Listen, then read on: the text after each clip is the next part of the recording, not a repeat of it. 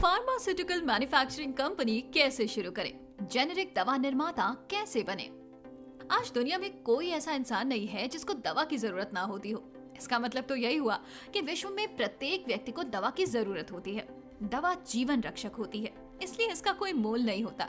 दवा की कीमत जो कंपनी द्वारा निर्धारित होती है, प्रत्येक व्यक्ति उसको देने के लिए खुशी खुशी तैयार हो जाता है। वैसे भी आज के समय में बढ़ते इंडस्ट्रियलाइजेशन और बढ़ती आबादी के कारण पर्यावरण प्रदूषण से प्रत्येक व्यक्ति किसी न किसी बीमारी से ग्रस्त रहता है। इसके अलावा आज की आधुनिक जीवन शैली की भागम भाग और उल्टे सीधे खान पान ने मानव जीवन में अनेक गंभीर बीमारियों का डेरा डाल दिया है। आज किसी भी गंभीर बीमारी के लिए कोई उम्र नहीं रह गई। पहले जमाने में कैंसर, हृदय रोग, TB, blood pressure, diabetic, asthma, thyroid जैसी अनेक गंभीर बीमारियां एक उम्र में तय होती थी। आज के खान पान, रहन सहन के तौर तरीकों ने वो अब खत्म कर दिया है। आज 3 साल के बच्चे को भी कैंसर हो जाता है, कभी कभी 1 साल या इससे कम उम्र के बच्चे को भी गंभीर बीमारियों के होने की खबरें सामने आती हैं। इस तरह की खबरों को देखते हुए दवा यानी फार्मास्यूटिकल मैन्युफैक्चरिंग का व्यवसाय सबसे अधिक अच्छा और सबसे अधिक मुनाफा देने वाला व्यवसाय है। सरकारी योजनाओं का लाभ उठाएं। भारत सरकार आत्मनिर्भर भारत और मेक इन इंडिया जैसे कार्यक्रम चलाकर बिजनेस करने वालों को तरह तरह से प्रोत्साहित कर रही है। उद्यम शुरू करने के लिए लाइसेंसिंग आदि के लिए भागदौड़ और भ्रष्टाचार को समाप्त करने के लिए ऑनलाइन प्रक्रिया शुरू कर दी गई है। उद्यमियों को इसका लाभ उठाते हुए नए नए बिजनेस शुरू करने चाहिए। भारत सरकार इसके साथ ही जेनेरिक दवाओं के कारोबार को भी प्रोत्साहित कर रही है। प्रधानमंत्री ने स्वयं इसकी पहल करते हुए डॉक्टरों से मरीजों को जेनेरिक दवाएं लिखने का आग्रह किया है। इसलिए जो भी उद्यमी फार्मास्यूटिकल कंपनी को शुरू करने का विचार कर रहे हैं, उनके लिए ये एक बहुत ही अच्छा आइडिया है। इस व्यवसाय की भारत में अपार संभावनाएं हैं और प्रॉफिट की कोई सीमा नहीं है। सबसे जरूरी क्या है इस बिजनेस के लिए? फार्मास्यूटिकल कंपनी शुरू करने से पहले बिजनेसमैन के पास केमिकल का व्यवसाय शुरू करने के लिए बी फार्मा यानी कि फार्मेसी का डिप्लोमा या डिग्री होनी चाहिए। यदि ये डिग्री या डिप्लोमा नहीं है तो वो बिजनेसमैन इस कंपनी की शुरुआत नहीं कर सकता। वैसे इसका विकल्प ये है कि बिजनेसमैन किसी अनुभवी फार्मासिस्ट को अपने बिजनेस के साथ जोड़ ले यानी सैलरी पर रख ले और उसके प्रमाण पत्र को बिजनेस को स्थापित करने के लिए इस्तेमाल करे। इसके साथ ही बिजनेसमैन को फार्मेसी यानी दवाओं के कारोबार का अच्छा अनुभव होना चाहिए। यदि अनुभव ना हो तो उसे किसी संस्थान से ट्रेनिंग या अनुभव ले लेना चाहिए। मार्केट में सॉल्ट के बारे में रिसर्च करना जरूरी है। कंपनी शुरू करने से पहले ये विचार करना चाहिए कि कंपनी में किस तरह की दवाएं या उपकरण का उत्पादन किया जाएगा। इसके बारे में बिजनेसमैन को अपने पास उपलब्ध दवा यानी कि फॉर्मूले यानी सॉल्ट को लेकर अपने बिजनेस वाले एरिया के दवा मार्केट में रिसर्च करनी चाहिए। यदि आपके फॉर्मूले वाली दवा की मार्केट में अच्छी डिमांड है और उसकी सप्लाई कम है या नहीं है, तभी उस दवा के उत्पादन के बारे में सोचना चाहिए। प्रोजेक्ट रिपोर्ट बनाएं। जब आप फार्मास्यूटिकल कंपनी को शुरू करने का पक्का इरादा कर लें, तो आपको उसकी प्रोजेक्ट रिपोर्ट बनानी होगी। इस प्रोजेक्ट रिपोर्ट में आप जगह जमीन से लेकर दवा उत्पादन और सेल करने के सभी तरीके, फंड आदि का विस्तार से जिक्र करें। इसके अलावा कंपनी को स्थापित करने के भारत सरकार और जिस राज्य में कंपनी को खोलना है, उस राज्य सरकार के फार्मास्यूटिकल कंपनी खोलने के कानून और शर्तों का पालन करना चाहिए। आपको ड्रग लाइसेंस लेने के लिए कंपनी की प्रोजेक्ट रिपोर्ट की जरूरत होगी।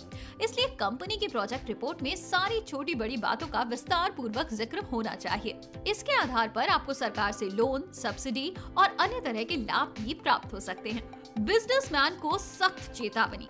फार्मास्यूटिकल मैन्युफैक्चरिंग का मतलब ये है कि कच्चा माल खरीदकर दवाओं, फार्मास्यूटिकल प्रोडक्ट और मेडिकल उपकरणों को तैयार करके उनकी पैकिंग करके मार्केट में बेचना होता है। इसके लिए आपको फार्मास्यूटिकल मैन्युफैक्चरिंग यूनिट शुरू करने से पहले फार्मास्यूटिकल सेक्टर की बेसिक जानकारी हासिल करना जरूरी है। इस तरह की जानकारी के बिना फार्मास्यूटिकल कंपनी की शुरुआत करना काफी खतरनाक हो सकता है। बिजनेसमैन को फार्मास्यूटिकल सेक्टर की जानकारी के बिना भारी पूंजी से शुरू करने वाला बिजनेस बैठ भी सकता है। इस तरह से भारी नुकसान हो सकता है। इसके लिए बिजनेसमैन को सतर्क रहना चाहिए। इस तरह से शुरू करें अपना बिजनेस। सबसे पहले कंपनी के लिए जमीन और बिल्डिंग की तलाश करना बहुत ही मुश्किल काम है। इस तरह की बिल्डिंग को तलाशने के बाद उसे जीएमपी स्टैंडर्ड के अनुसार तैयार कराना होगा। साथ ही केंद्र और राज्य सरकारों की कंपनी की इमारत के बारे में आवश्यक शर्तों का भी पालन करना होगा। कंपनी परिसर में अनेक विभागों के अनुसार पर्याप्त जगह होनी चाहिए, जैसे कच्चे माल को रखने के लिए आवश्यक स्टोर, निर्माण की प्रक्रिया को पूरी करने के लिए आवश्यक जगह, मशीन आदि लगाने की जगह, क्वालिटी कंट्रोल सेक्शन के लिए जगह, ऑफिस के लिए जगह, वेस्टेज गुड्स स्टोर के लिए जगह। इस बिल्डिंग में अनेक तरह की औषधियों के लिए अलग अलग सेक्शन भी बनाया जाना जरूरी है, जैसे बाहरी इस्तेमाल की जाने वाली दवाओं, क्रीम, ऑइंटमेंट आदि के लिए 30 वर्ग मीटर की जगह चाहिए। लिक्विड डोज यानी तरल दवाओं जैसे सिरप, सस्पेंशन आदि के लिए 30 वर्ग मीटर की जगह चाहिए। सॉलिड डोजेस वाली दवाओं जैसे टैबलेट्स, कैप्सूल, पाउडर के लिए मशीन आदि लगाने के लिए 120 वर्ग मीटर की जगह की आवश्यकता होगी। टैबलेट सेक्शन के लिए 60 वर्ग मीटर इसलिए चाहिए क्योंकि उसमें कोटेड और अनकोटेड टैबलेट की व्यवस्था बनाई जाएगी। इसके अलावा कैप्सूल के प्रोडक्शन के लिए 30 वर्ग मीटर और पाउडर प्रोडक्शन के लिए 30 वर्ग मीटर की जगह चाहिए। कौन कौन से लाइसेंस चाहिए?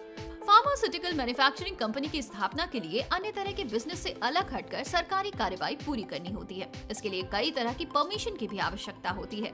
कंपनी के लिए आवश्यक लाइसेंसों में जो प्रमुख लाइसेंस की आवश्यकता होती है, उनमें से कुछ इस प्रकार हैं। कंपनी का अच्छा सा आकर्षक नाम चुनें। कंपनी को कंपनी रजिस्ट्रार के यहाँ शॉप एंड एस्टेब्लिशमेंट एक्ट के तहत रजिस्टर्ड कराएं। कंपनी का प्रारूप तय करें। ओपीसी, पार्टनरशिप, एलएलपी या प्राइवेट कंपनी बनानी है। केंद्र, राज्य सरकारों के साथ स्थानीय प्रशासन के नियमों का भी पालन करने के लिए आवश्यक प्रमाण पत्र लें। Drug manufacturing licence, drug distribution licence, testing laboratory licence, GST, आवश्यकता पड़ने पर संबंधित विभागों के अनापत्ति प्रमाण पत्र जैसे फायर, पॉल्यूशन आदि विभाग। मैन्युफैक्चरिंग लाइसेंस की प्रक्रिया और आवश्यक दस्तावेज।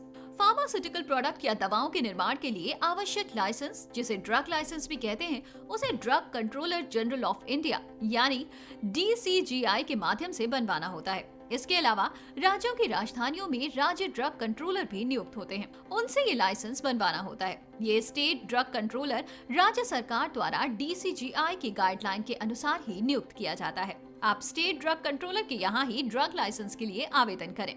ऑनलाइन या ऑफलाइन आवेदन करने के साथ कुछ आवश्यक दस्तावेज भी जमा करने होंगे। जब ये आवेदन दस्तावेजों के साथ स्टेट ड्रग कंट्रोलर को प्राप्त हो जाते हैं, तो वहाँ से एक अधिकारियों की टीम आपके संस्थान में निरीक्षण करने के लिए आती है। ये टीम वहाँ बारीकी से निरीक्षण करती है और जब उसे इमारत में निर्माण और बचाव के साधन आदि नियमानुसार मिलते हैं और वो टीम अपनी जांच में संतुष्ट हो जाती है, तो आपको ड्रग लाइसेंस दे देती है। उसके बाद आप अपना निर्माण कार्य शुरू कर सकते हैं। यदि टीम को आपके संस्थान के निर्माण आदि में सरकारी नियमों का उल्लंघन या कोई कमी मिलती है, तो वो आपसे उस कमी को दूर करने के लिए कहेगी। उस कमी को दूर करने के साथ आपको प्रमाण के साथ उसे स्टेट ड्रग कंट्रोलर के यहाँ जमा करना होता है। उसके बाद पुनः कार्रवाई की जाती है। उसके बाद आपको ड्रग लाइसेंस प्रदान किया जाता है।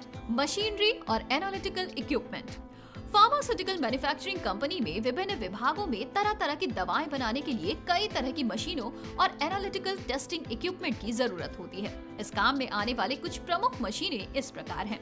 लिक्विड, सिरप, सस्पेंशन सेक्शन के लिए, हाई स्पीड मिक्सर 1000 लीटर के लिए, स्टोरेज टैंक 1000 लीटर वाला जिसमें पहिए और ढक्कन हो, स्टोरेज टैंक 200 लीटर वाला जिसमें पहिए और ढक्कन हो, liquid filling machine, packing cap sealing machine, liquid छानने वाली मशीन, मेज, कैप्सूल, टेबलेट, पाउडर बनाने के लिए, air compressor, air conditioner, blister packing machine, capsule filling machine, capsule loader, tablet punching machine, coating pan, sifter, mixer 100 kilogram वाला, dryer tray, double cone blender, powder भरने और seal करने वाली machine. इसके अलावा कुछ अन्य मशीनों की भी आवश्यकता होती है जो इस प्रकार हैं। दवाओं के batch printing machine, RO plant, lab उपकरण, एयर हैंडलिंग यूनिट। कंपनी में काम करने वाले टेक्निकल स्टाफ कितने चाहिए? अनेक तरह की फार्मास्यूटिकल मैन्युफैक्चरिंग कंपनी के लिए अलग अलग संख्या में कुशल, अनुभवी, टेक्निकल और अकुशल कर्मचारियों की जरूरत होती है। आमतौर पर बताया जाता है कि जीएमपी स्टैंडर्ड की नियमों के अनुसार किसी भी फार्मास्यूटिकल कंपनी के लिए कम से कम 2 टेक्निकल अनुभवी स्टाफ की आवश्यकता होती है। इसमें से एक टेक्निकल स्टाफ कंपनी में हो रहे दवा निर्माण की प्रक्रिया की देखरेख के लिए तैनात होना चाहिए। वो अपनी देखरेख में दवाओं का निर्माण यानी उत्पादन कराए, किसी भी तरह की समस्या आने पर तुरंत उसका समाधान भी कराए। दूसरे टेक्निकल स्टाफ को चाहिए कि वो एनालिटिकल प्रोसेस की मॉनिटरिंग करे। उसे चाहिए कि वो क्वालिटी कंट्रोल करे। मैन्युफैक्चरिंग प्रक्रिया में काम करने वाले व्यक्ति का नाम manufacturing chemist, production officer, supervisor के रूप में लिखें। जो व्यक्ति एनालिटिकल प्रोसेस को पूरा करवा रहा है उसका नाम quality control chemist, analytical chemist के रूप में लिखें, ताकि उन लोगों की जिम्मेदारियां तय की जा सके और किसी तरह की समस्या होने पर उनको पहचाना जा सके और उनसे काम करवाया जा सके। कंपनी स्थापित करने में कितनी लागत आती है? फार्मास्यूटिकल मैन्युफैक्चरिंग कंपनी स्थापित करना बड़ा काम है। इसमें बड़ी पूंजी लगाई जाती है। जो बिजनेसमैन एक बार में ही मोटी पूंजी लगाकर लंबे समय तक मुनाफा कमाना चाहते हो, उनके लिए ये बिजनेस आइडिया बिल्कुल सही है। वैसे इस तरह की कंपनी को स्थापित करने के लिए कोई फिक्स लागत नहीं है, क्योंकि विभिन्न शहरों के अनुसार जमीन या कंपनी इमारत की कीमत और किराया अलग अलग होता है। इसके अलावा कई अन्य जरूरत के सामान की कीमत भी अलग अलग होती है। इसके बावजूद इस बिजनेस के एक्सपर्ट्स का मानना है कि एक औसत दर्जे की कंपनी को स्थापित करने के लिए कम से कम 15 से 20 लाख रुपए की जरूरत होती है। मुनाफा कितना मिलता है?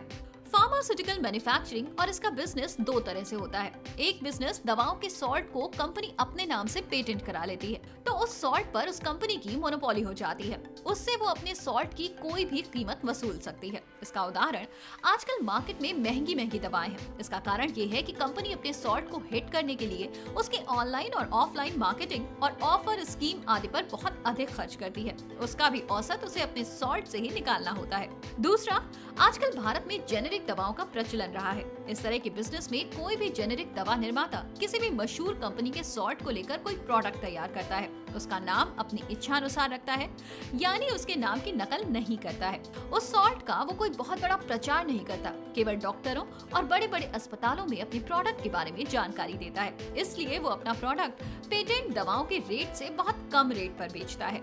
इन दो तरीकों से इस बिजनेस को करने से बिजनेसमैन अलग अलग तरह का मुनाफा यानी कि प्रॉफिट कमा सकता है। पहले तरीके यानी पेटेंट कराने वाले बिजनेसमैन को अपने सॉल्ट पर 50 से 60% तक का मुनाफा मिलता है। दूसरे तरीके से यानी जेनेरिक दवाएं बनाने वाले बिजनेसमैन को औसतन 25 से 30% तक का मुनाफा मिल सकता है। जेनेरिक दवाओं के निर्माता कैसे बने? इसमें आपको कोई अलग से प्रक्रिया अपनाने की आवश्यकता नहीं होती है। सारी प्रक्रिया किसी भी तरह के फार्मास्यूटिकल मैन्युफैक्चरर की तरह ही पूरी करनी होती है। बस इसमें आवेदन करते समय जेनेरिक दवाओं के बनाने का जिक्र करना होता है। साथ ही सरकार द्वारा चलाई जा रही मेक इन इंडिया और आत्मनिर्भर भारत योजनाओं का भी हिस्सा बनना होता है। साथ ही MSME में रजिस्ट्रेशन कराकर उद्योग आधार हासिल करना होता है। इसमें बिजनेसमैन का माइनस पॉइंट ये है कि वो अपने द्वारा किसी भी तरह की बनाई गई दवा का पेटेंट नहीं करा सकता है।